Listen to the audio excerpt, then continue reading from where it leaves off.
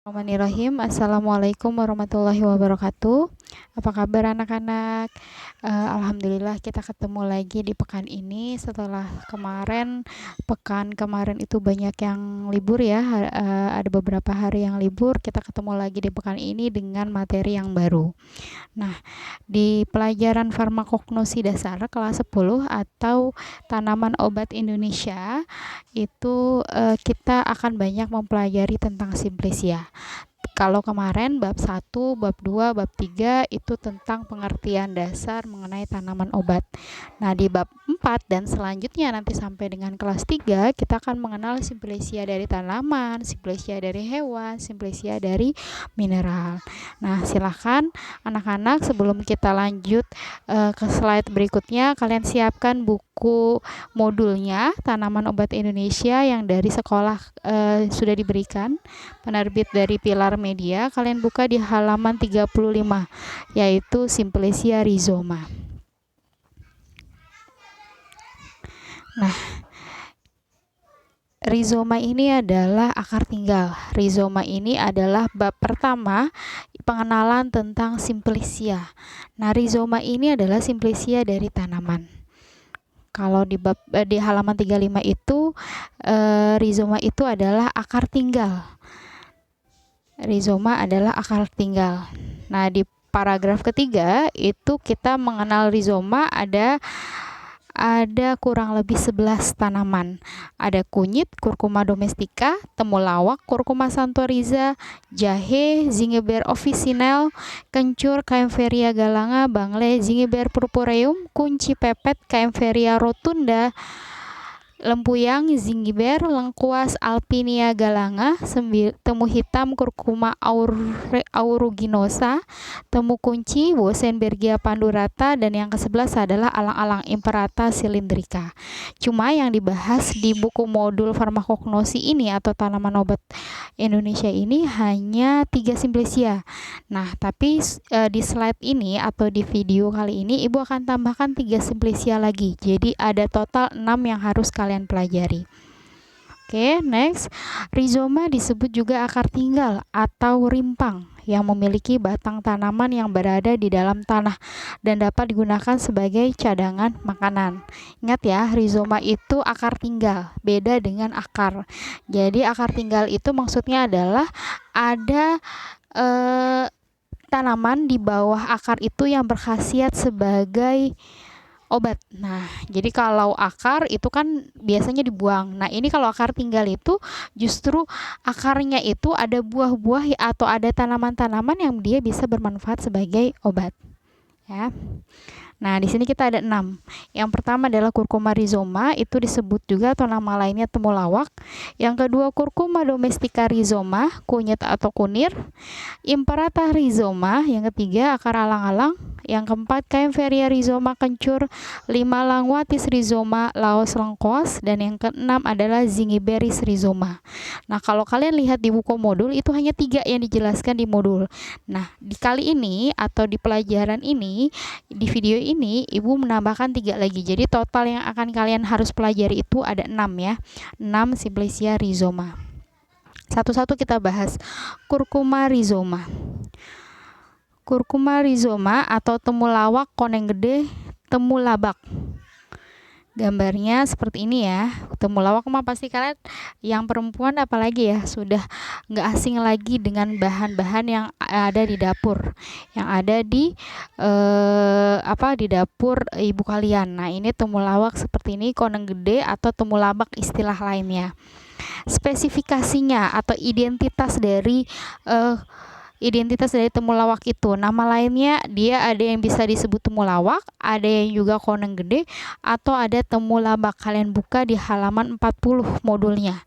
Itu tergantung daerahnya sebenarnya. Biasanya kalau Sunda disebutnya koneng gede, kalau Jawa disebutnya temulawak, kalau Madura temulabak. Tapi kita familiar dengan temulawak. Nah, tanaman asalnya atau nama tanaman asalnya dia disebutnya Curcuma santoriza.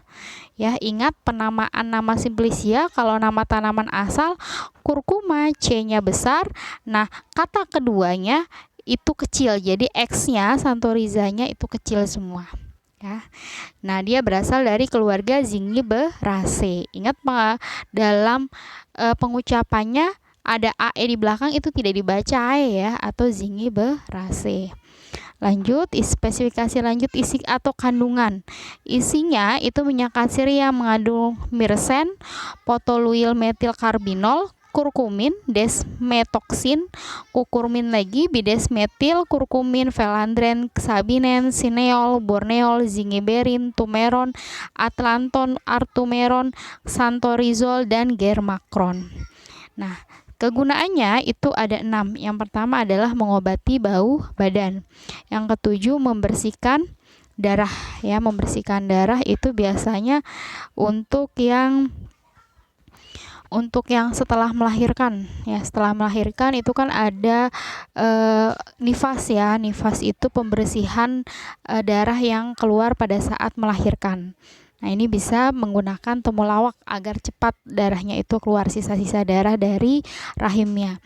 Yang ketiga, penyakit kuning, ada demam malaria, bisa juga sembelit serta memperbanyak ASI. Keempat, untuk badan letih biar tidak letih badannya. Kelima adalah kolagoga, dan yang keenam antispasmodik. Antispasmodik itu kejang. Nah, biasanya temulawak itu diekspor keluar, tapi tidak semua temulawak itu bisa diekspor. Nah, salah satunya yang bisa diekspor adalah dia harus memenuhi berbagai syarat. Yang pertama, warnanya. Warnanya itu harus kuning jingga sampai coklat. Aromanya dia khas aromatik. Rasanya pahit agak pedas. Abu 3-7%, kadar pasirnya 1%, dan kadar minyak kasirnya minimal 5%. Itu tentang temulawak. Yang kedua, simplesi yang kedua adalah Curcuma domestica rhizoma. Kalian bisa buka di halaman modul 36.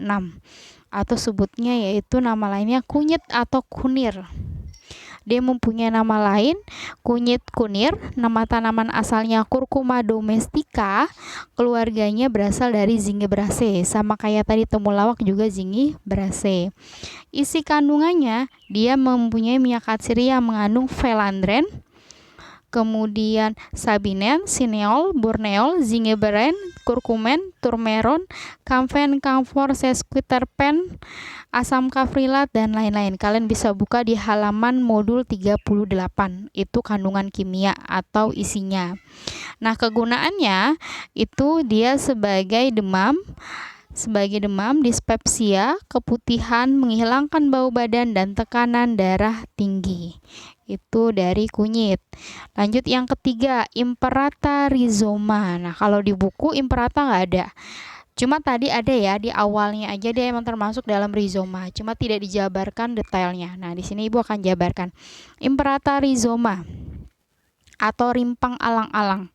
Nama lainnya adalah rimpang alang-alang.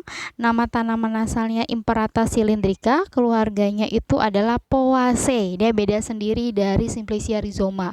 Kalau yang lain itu nama keluarganya Zingiberaceae. Nah, dia keluarganya Poaceae. Isinya asam kersik, damar, dan logam alkali. Hanya 3 itu saja. Kegunaannya sebagai antipiretik dan diuretik ya. Antipiretik sebagai penurun suhu tubuh. Kalau diuretik itu mempelancar keluarnya air seni ya. Nah, selanjutnya adalah Kaempferia rhizoma atau kencur. Nah, pasti tahu ya kencur ya, yang suka ada di jamu-jamuan. Nama lainnya kencur. Nama tanaman asalnya Kaempferia galanga, languas galanga. Jadi ada 2. Keluarganya dia berasal dari Zingiberaceae. Isinya alkaloid, mineral, pati, serta minyak atsiri berupa senyawa sineol dan kamferin.